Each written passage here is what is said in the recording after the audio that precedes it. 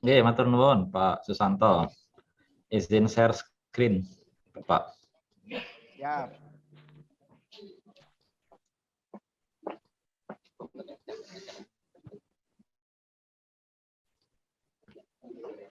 Kenal semua. Bisa terlihat di layar, Pak Susanto? Jelas sudah. Sudah full Baik, screen. bismillahirrahmanirrahim. Assalamualaikum. Alhamdulillah. Salam sejahtera, selamat pagi, setengah siang, salam semangat, salam sehat, salam bahagia, teman-teman semua.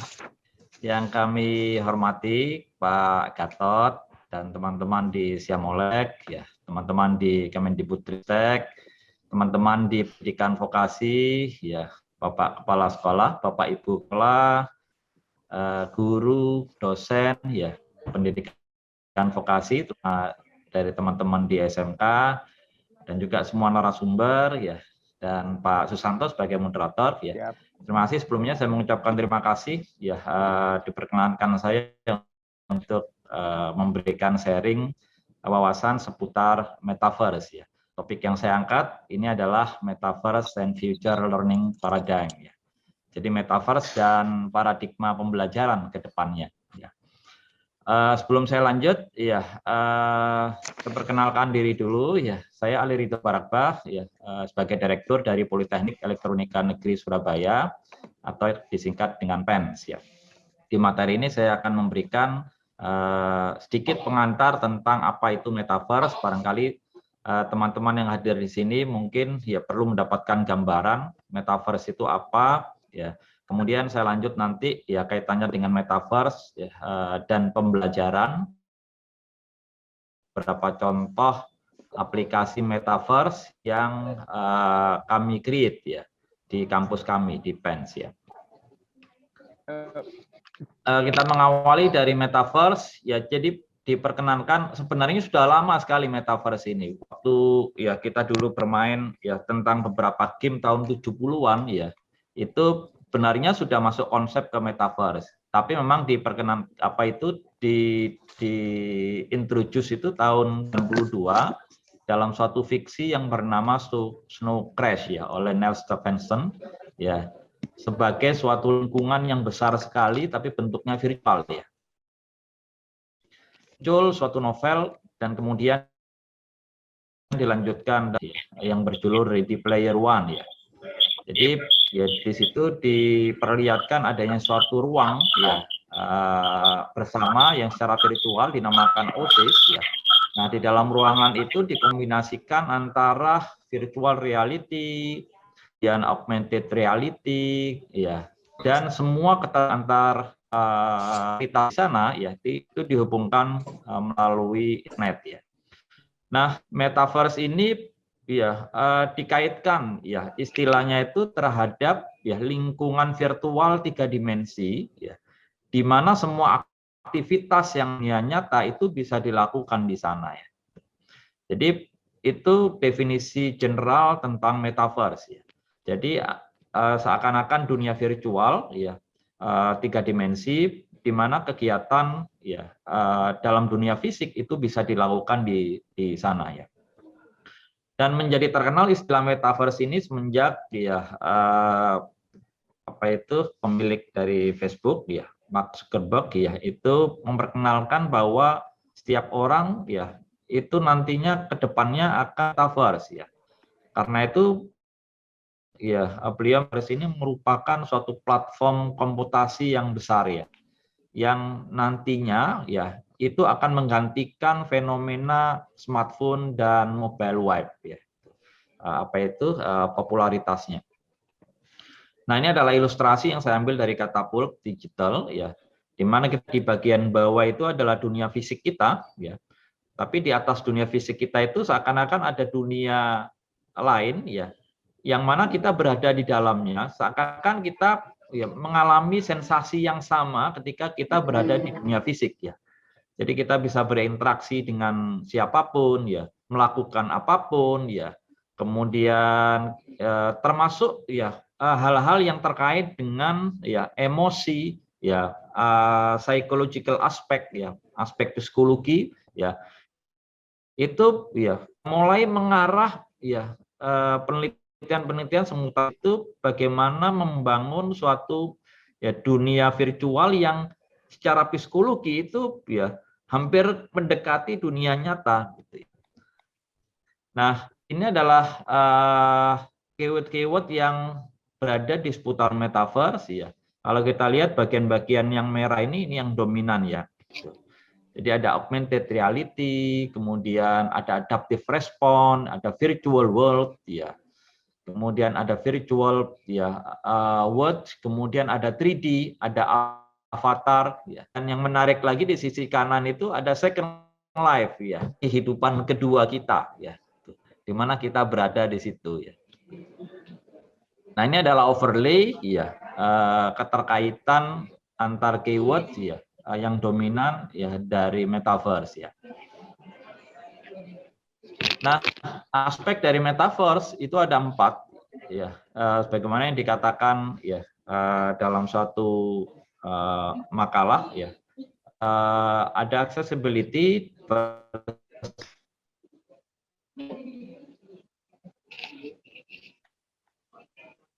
jadi metaverse itu macam great accessibility ya, agar dia bisa memperkenankan ya kebutuhan-kebutuhan sosial yang beragam, yang bervariasi.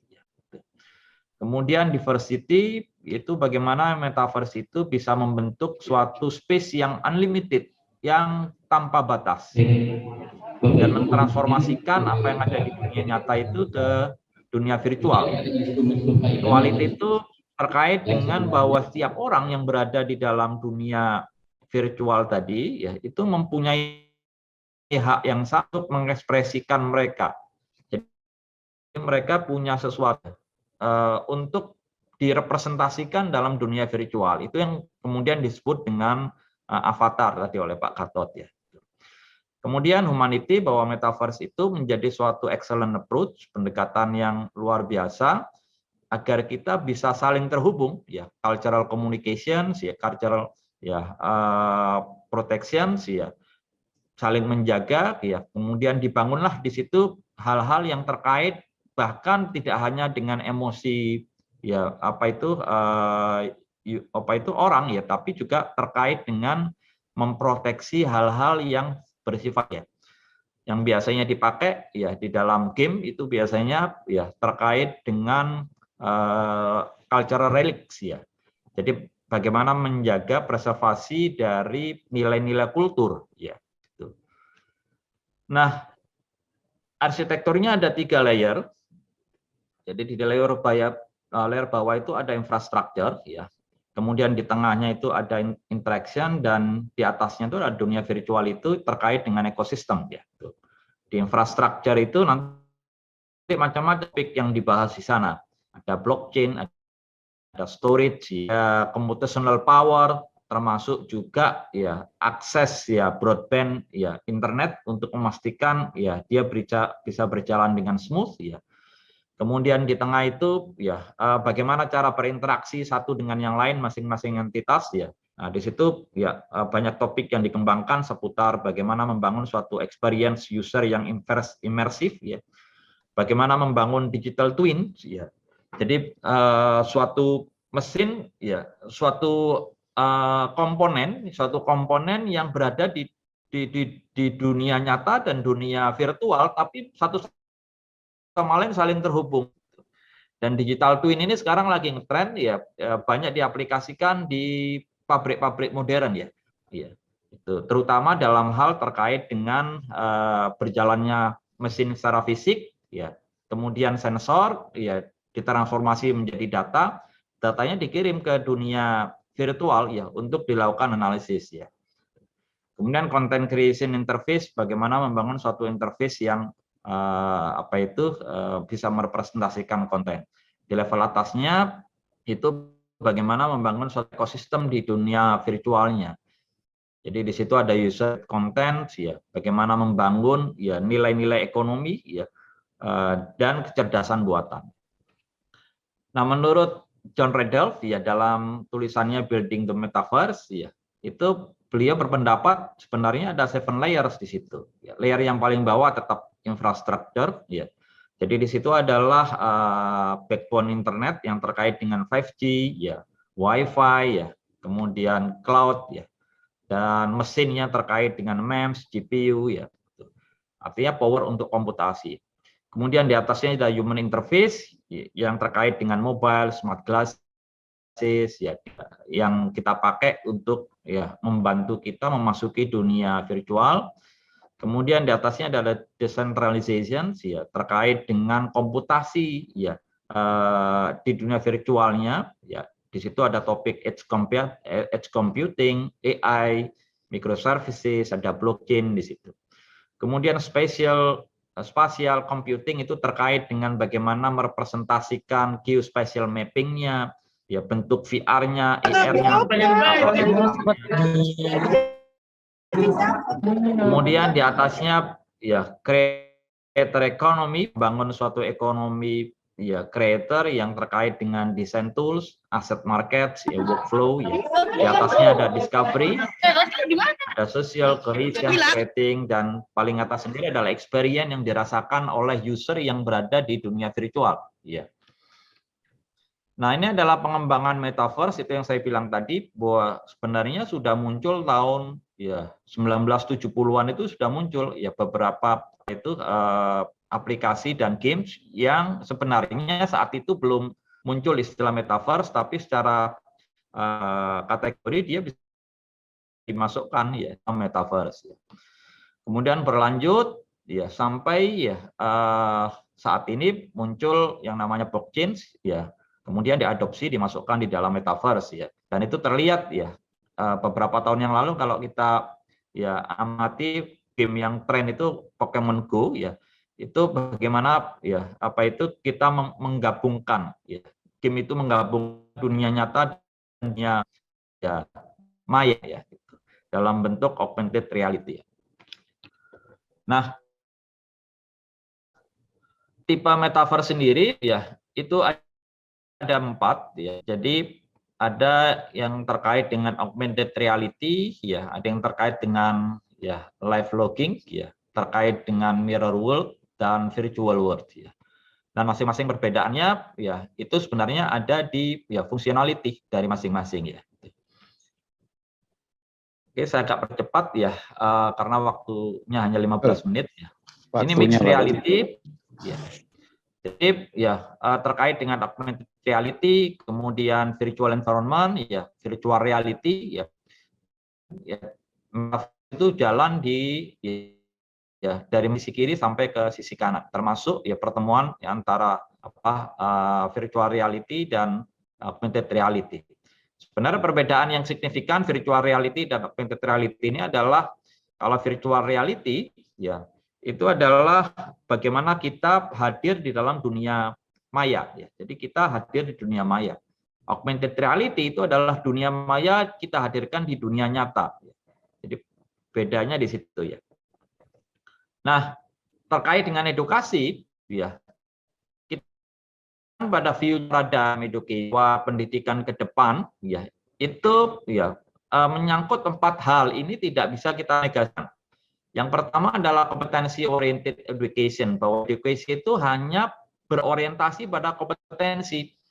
Nah, nantinya batasan-batasan yang terkait dengan formalitas, misalkan ijazah dan sebagainya, ya, itu menjadi tidak menjadi begitu penting, gitu. Karena yang dikedepankan adalah representasi dari kompetensi, ya. Kemudian preference learning. Jadi pembelajaran itu berbasis ya preference. Preference itu orang suka apa, ya, dia akan belajar itu. Di Amerika sekarang ya itu sudah muncul ya pola pendidikan yang disebut dengan customization, ya, education customization, educational customization. Jadi mengcustomize edukasi. Jadi kalau misalkan kita masuk ke perguruan tinggi, ya, itu setiap mahasiswa itu berhak untuk ya merancang dia ingin belajar apa saja selama 4 tahun itu. Nah, itulah kemudian ide seperti ini kemudian diadopsi ya oleh Mas Menteri, kemudian ya diberlakukan MKM, ya, sehingga mahasiswa itu lebih fleksibel dalam kompetensi diri yang dia memang kepingin ya. Kemudian masih open online courses ya. Jadi materi-materi itu tersedia secara online dan masif, open, terbuka ya. Ini juga ya harus diantisipasi karena kalau enggak ini berbahaya ya ke depannya. Jadi bentuk pembelajaran yang selama ini konvensional itu akan digerus ya. Contohnya misalkan di kami di perguruan tinggi ketika mengajar itu mahasiswa itu ya selalu continuous connected ya. Selalu terhubung dengan dunia maya. Jadi dia punya handphone gitu, dan sebagainya. Nah, materi yang saya ajar itu sebenarnya sudah ada di internet dan banyak ya, dan jauh lebih bagus mungkin studi kasusnya dan sebagainya. Jadi mereka bisa lihat ya itu materi-materi itu. Nah, kalau ya cara mengajar saya itu konvensional ya bakal ditinggal oleh mereka. Karena mereka selalu continuous connected ya. Jadi 4 ya paradigma ini yang harus kita siasati ya untuk mengembangkan pendidikan ya ke depannya. Ya. Nah, menurut McGrinder Research ya bahwa ke depannya itu terjadi transformasi ya dari sisi kiri ke sisi kanan. Nah, kalau kita lihat di sisi kanan itu ya itu sebenarnya masuk ya esensi dari metaverse yang terkait pendidikan yaitu edu metaverse ya.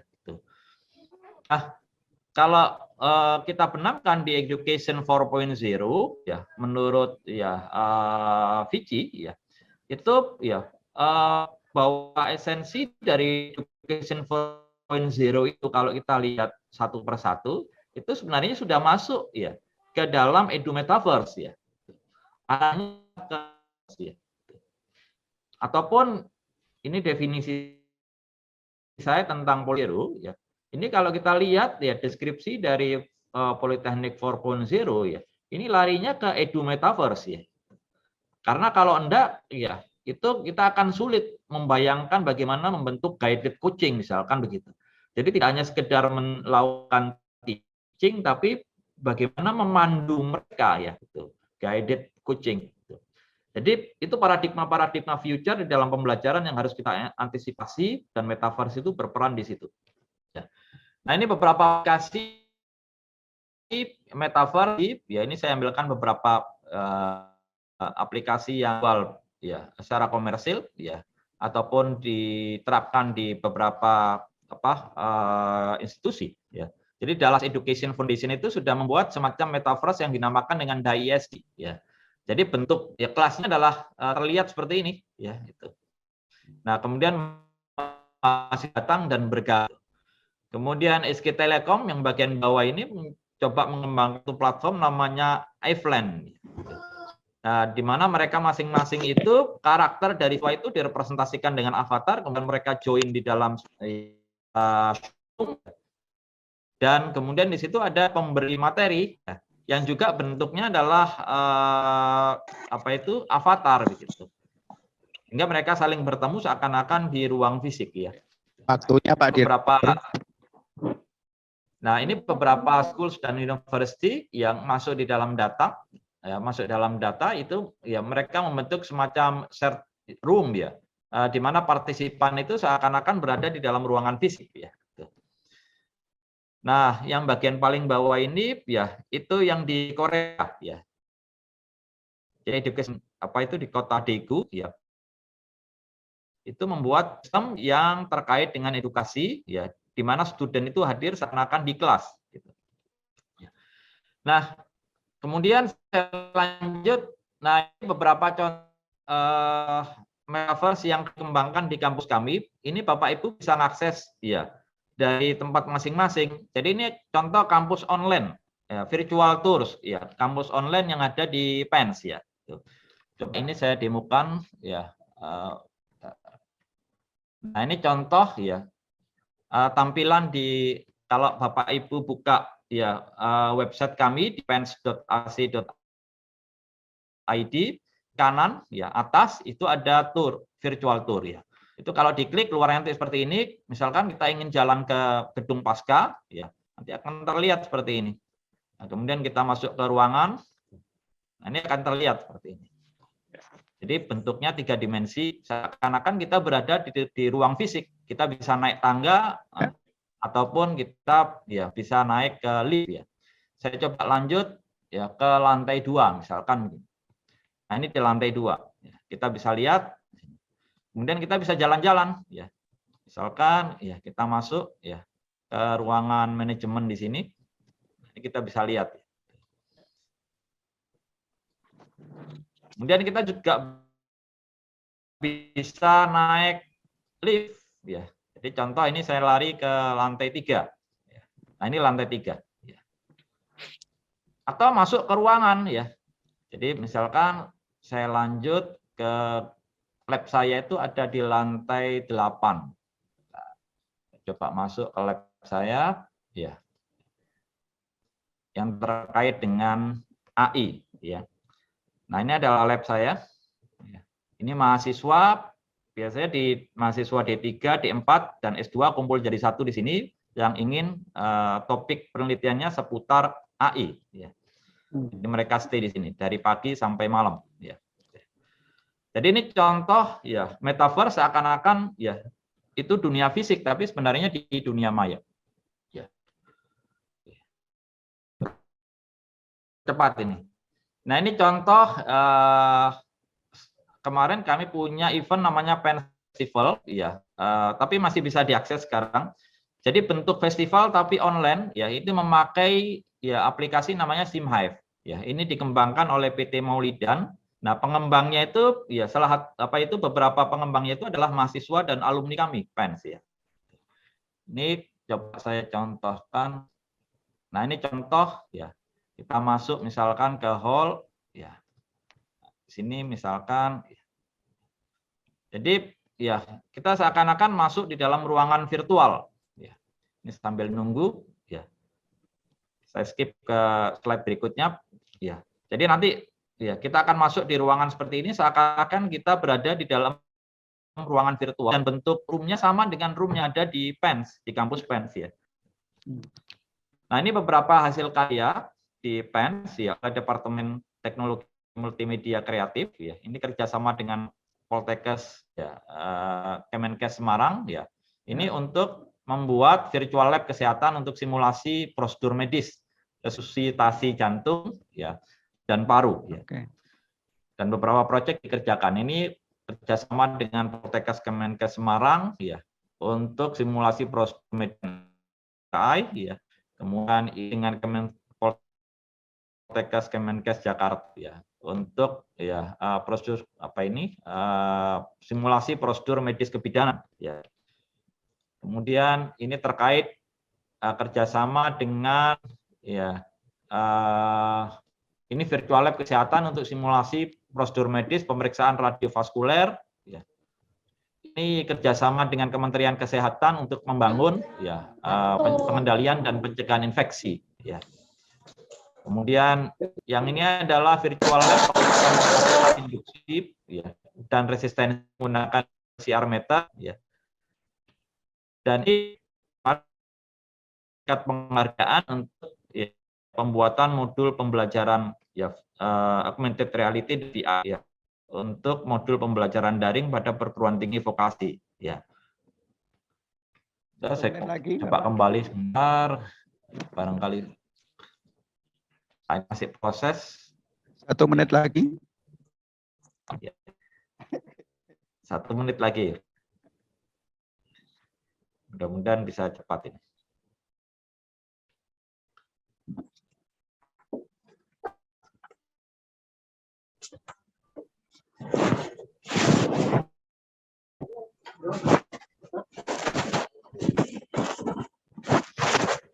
Bapak Ibu bisa juga mengakses melalui website namanya pensfest.com ya. Oke. Terus membuat login di situ, kemudian kalau yang ini aplikasi ini bisa interaksi ya. Kalau yang tadi virtual tour di kampus itu hanya tidak ada fungsi untuk interaksi. Kalau yang ini fungsi interaksinya ada. Jadi misalkan, nah ini bentuknya seperti ini. Jadi kita bisa lihat ya di seputarnya. Ya. Kita juga bisa melihat yang dipamerkan di sini. Ya, juga ada tanya jawab ya. Memungkinkan juga untuk kita bertanya jawab. Ya. tanya jawab ya, atau putar video misalkan. Jadi seakan-akan kita jalan di ruangan virtual, tapi sebenarnya ruangan fisik ini sebenarnya ruangan fisik di gedung D4 ya PENS ya. Kalau kita lihat detailnya hampir sama dengan yang ada di ruangan fisik ya. Hampir sama dengan kondisi fisiknya. Oke, itu saja mungkin ya dari kami, mudah-mudahan bisa memberikan gambaran ya, tentang paradigma future depannya untuk learning ya terkait dengan metaverse. Kurang lebihnya mohon maaf ya. Mudah-mudahan bisa memberikan pencerahan ke Bapak Ibu semua. Salam sehat semuanya. Assalamualaikum warahmatullahi wabarakatuh.